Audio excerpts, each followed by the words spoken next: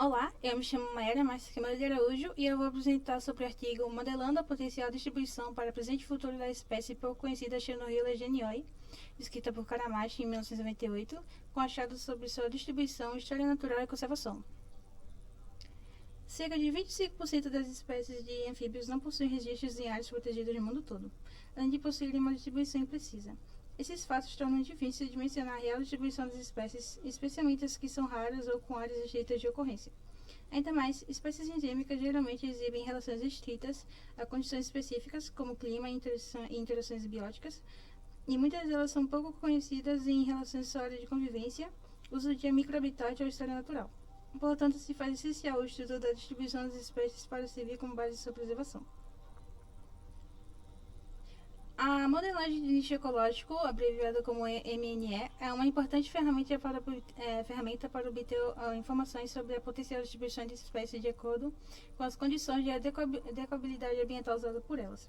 Além disso, o uso das informações sobre o ambiente atual sobre nichos ecológicos pode determinar modelos onde os requerimentos das espécies nicho no futuro podem ser satisfeitos e prever mudanças no alcance devido às mudanças climáticas. Portanto, os MNEs foram aplicados para promover melhores estratégias de conservação, principalmente para espécies pouco conhecidas. Aqui nessa tabela a gente possui os registros de ocorrência da Xenorrhilla genioi, sendo essas localizações sendo na maioria na região do Agreste, que é a área de transição entre a Caatinga e a Mata Atlântica. E ela foi registrada nos estados de Sergipe, Bahia e Minas Gerais. Nos municípios de Ipira, Planaltino, Pedra Mole, Maracas, Boa Nova, Poções, Planalto Baiano e Salto da Divisa. Sendo entre elas, a que tem a maior distância entre elas é Ipira e Pedra Mole.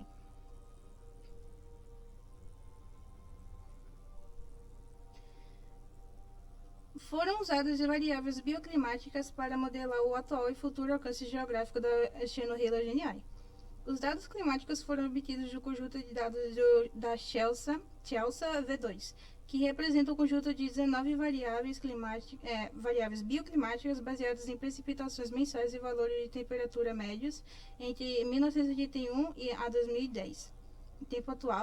Para o tempo atual e 2071 a 2100 para o tempo futuro. Com isso, foram obtidas 5 variáveis climáticas: a média anual de temperatura, a isotermalidade, a sazonalidade da temperatura, a precipitação anual e sazonalidade da precipitação. Para o futuro, foram utilizados 2 cenários de trajetórias socioeconômicas compartilhadas. O cenário SSP 370, que é um cenário que representa altos desafios para mitigação e adaptação, e o cenário SSP 585, que representa altos desafios para mitigação e baixos desafios para adaptação.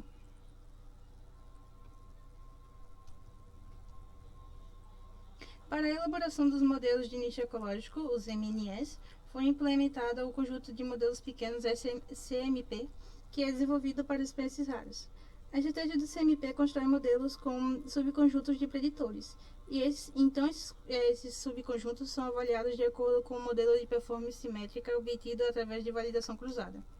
Finalmente, todos os modelos subconjuntos foram calculados em média em um modelo de conjuntos ponderado.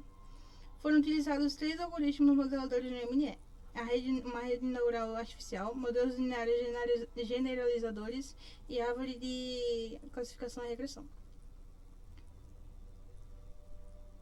Após isso, foi aplicado um método de área mínima prevista para estabelecer um valor limite para converter medidas de adequação de habitat, que variam entre 0 e 1 em mapas binários, sendo 0, que seria 0 a ausência e 1 a presença.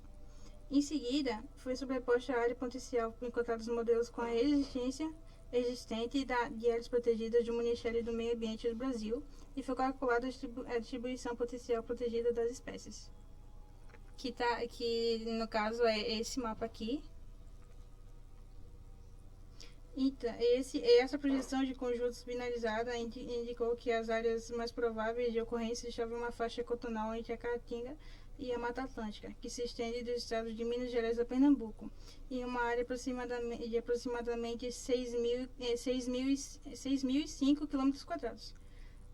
A projeção também mostrou condições apropriadas para áreas de altas altitudes e também a decobabilidade ambiental no estado de Pernambuco, a única região acima do Rio São Francisco e longe de qualquer registro conhecido da Xenorrhilla-Genieoi. E para o futuro, as projeções mostraram grandes contrações nas áreas adequadas para a espécie. Aplicando o limiar, não haverá condições ambientais para a sobrevivência da Xenorrhilla-Genieoi de acordo com os modelos de circulação geral da Chelsea. Assim, espera-se a extinção da espécie devido às mudanças climáticas. Esse aqui no caso foi gerado esse mapa aqui, que ele mostra de pouco a alto a decabilidade ambiental.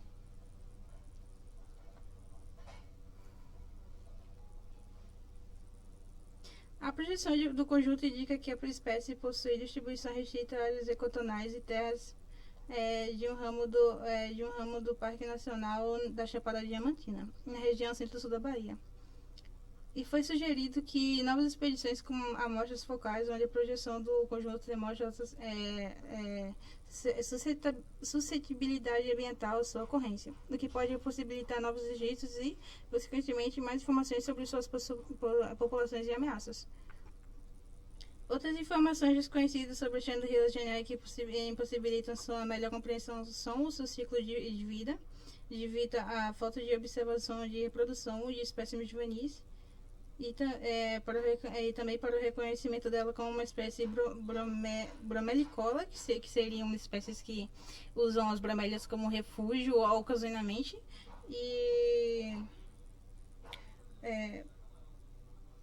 ou bromeligena, que são espécies que usam as bromélias como refúgio durante toda a sua vida. Por fim, o estudo apresenta os pontos de localização mais completos esse estudo já apresenta os pontos de localização mais completos da Xenorrhilla-Genieoi já realizados, juntamente com a modelagem de início ecológico. Os modelos já demonstraram a relação da Xenorrhilla-Genieoi com terras altas e áreas ecotonais, que no futuro as mudanças climáticas devem retirar essas áreas adequadas à sua ocorrência, causando sua extinção. Além disso, esses dados reforçam o cuidado com a conservação dessa espécie pouco conhecida e apresentam um alerta sobre a necessidade de estudos sobre ecologia, história natural e distribuição. E foi isso, e muito obrigada pela atenção.